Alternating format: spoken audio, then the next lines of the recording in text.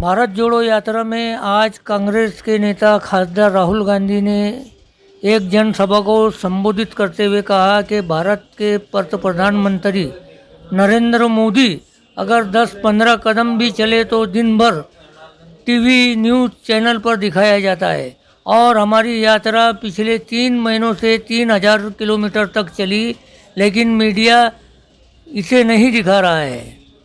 हमारी सरकार अगर आई तो हम हॉस्पिटल, कॉलेजेस, पीने के पानी की ज़रूरत को पूरा करेंगे। ऐसा आज एक जनसभा में राहुल गांधी ने लोगों से कहा। मैं हूं शाकिर मलिक, जनता की बात अब तक। मैं प्रेस के मित्रों कह देता हूं, आमतौर से कह देता हूं, मगर मित्र तो कहता हूं मगर मित्रों का काम ये नहीं करते।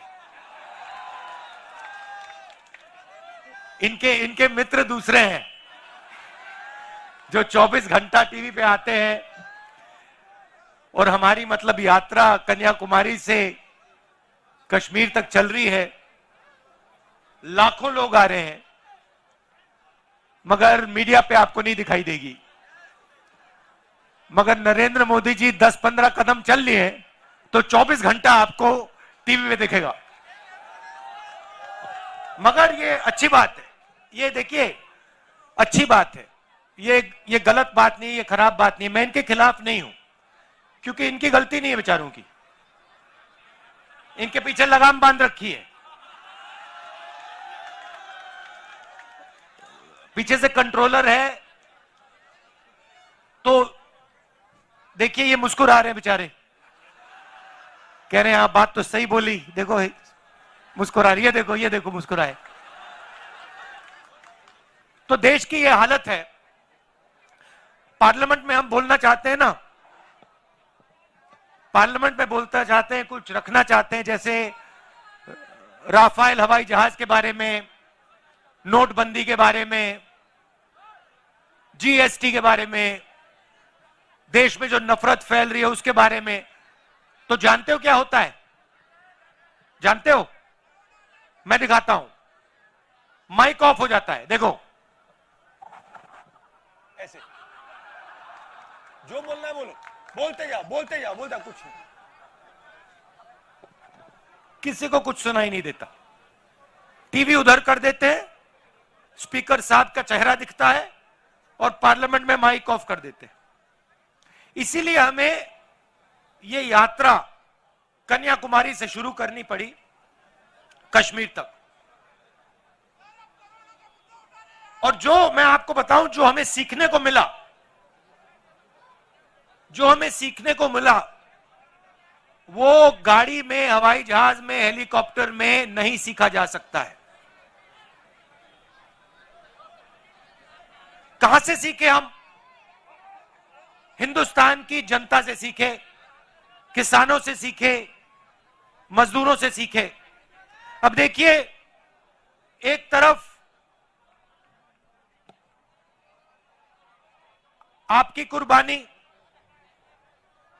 यहां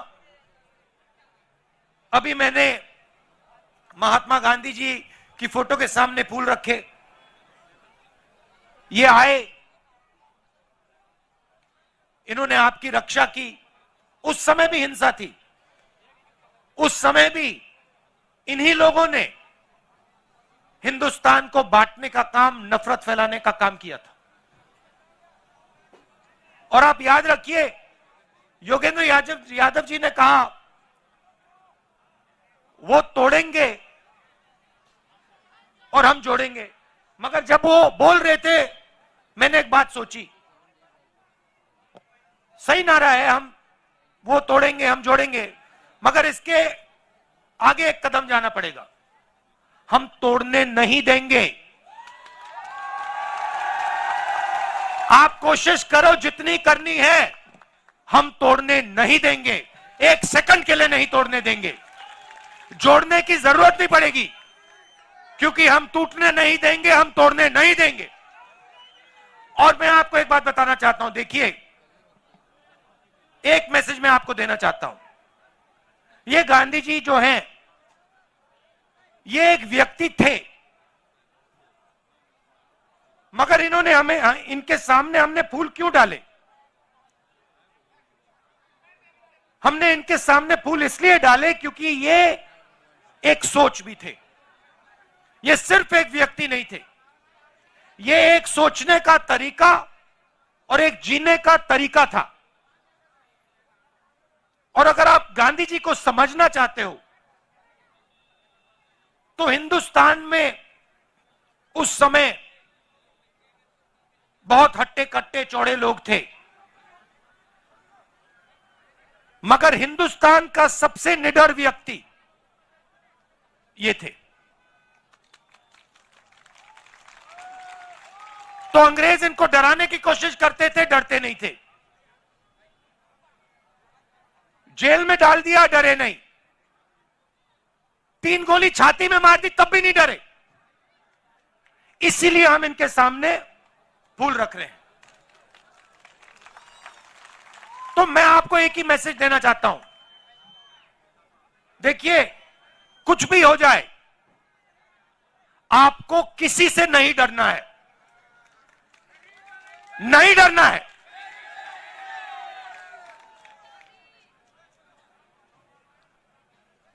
अब मैं आपकी सड़कों पे चला हूं। अब देखिए क्या हुआ या नहीं हुआ उसके बारे में नहीं बोलना चाहता हूं, अलग अलग राय हो सकती है। योगेंद्र यादव जी ने कहा कि जितना होना था नहीं हुआ, हुड्डा जी ने कहा कि काम हुआ। मुझे कोई फर्क नहीं पड़ता, जो बीते हुए समय में हुआ उसमें मुझे कोई इंटरेस्ट नहीं है। मैं आपको एक बात कह सकता हूं कि इन सड़कों पे मैं चला हूं और मुझे दिख रहा है कि यहां पे आज सड़कों की हालत खराब है, यहां पे आपको दर्द हो रहा है और यहां पे कमियां हैं। और जब सड़क पे से आदमी चलता है ना, देखिए इन्हीं सड़क पे आप आओ, मर्सिडीज गाड़ी में आओ, हेलीकॉप्टर से आओ, झटके नहीं पड़ते, घुटनों में दर्द नहीं होता। तो जब व्यक्ति 100-200 किलोमीटर आपकी सड़कों पे चलेगा, जैसे मैं चला हूं, जैसे अब हुड्डा जी चले हैं, जैसे अब योगेंद्र यादव जी चले हैं, बात गहराई से दिमाग में बैठ जाती है। उसके बाद कोई समझाने की जरूरत नहीं होती। तो मैं आपको यह कहना चाहता हूं कि यहां पे 2-3 चीजें बहुत साफ दिख रही हैं। यहां पे आपको शिक्षा के इंस्टीट्यूशंस की जरूरत है, कॉलेजेस की, यूनिवर्सिटीज की जरूरत है। यहां पे आपको अस्पतालों की, मेडिकल कॉलेजेस की जरूरत है। ये सबको दिख रहा है और ये हमें भी दिखा है। तो मैं आपको एक बात कहना चाहता हूं कि हमारी सरकार आएगी तो जो आपका हक है, चाहे वो ये अच्छी सड़कें हो, चाहे ये अस्पताल हो, चाहे आपके लड़कियों के लिए, बच्चों के लिए कॉलेज और यूनिवर्सिटी हो, वो हम आपको करके दे देंगे।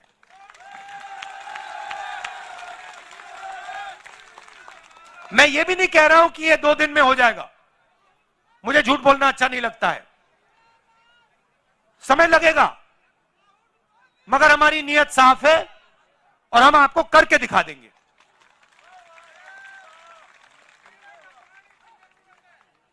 पीने के पानी की जरूरत है, यूनिवर्सिटी की, सच्ची सरकार की।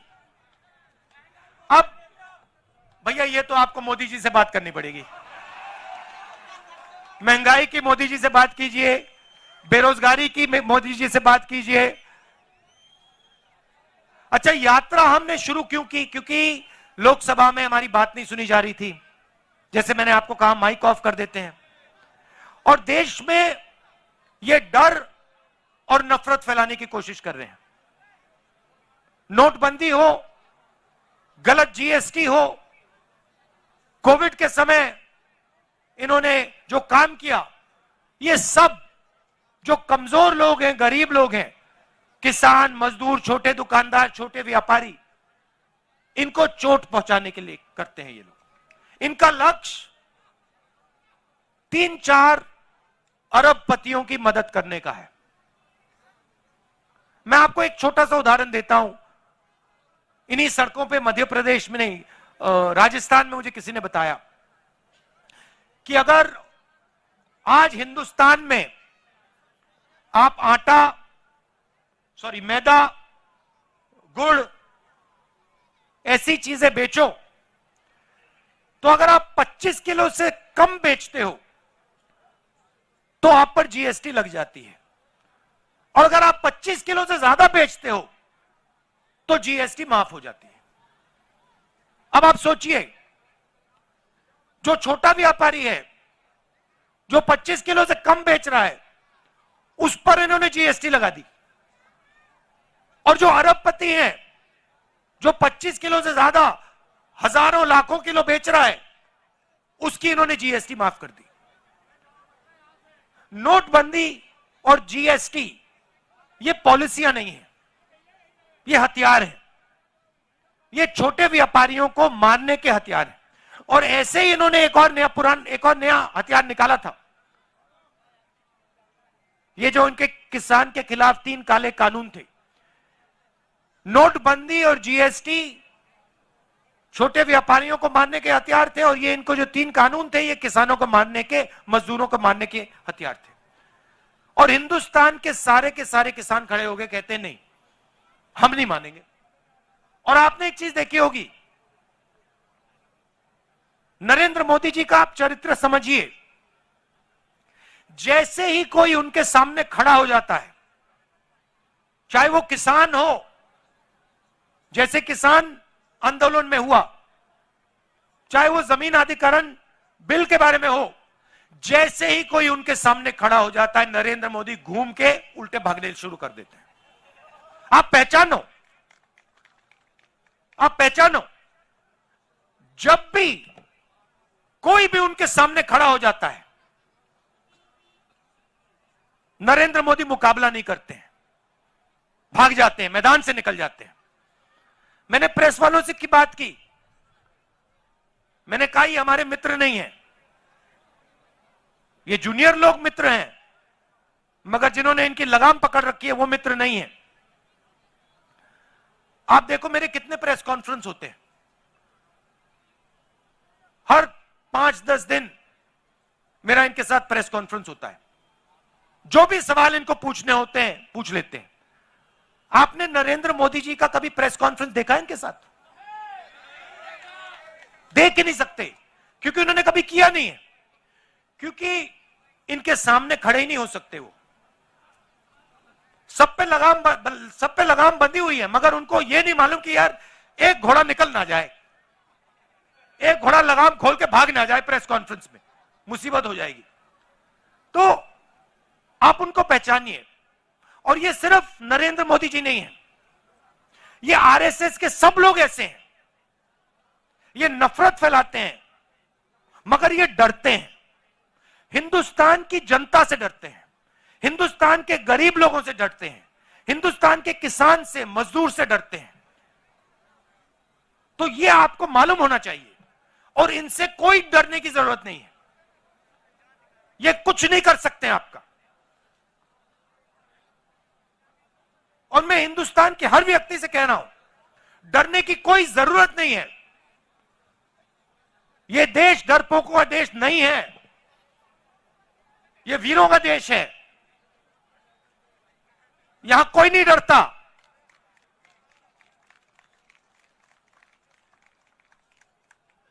और यह यात्रा ने दिखाया है, कन्याकुमारी से यहां तक आए हैं हम।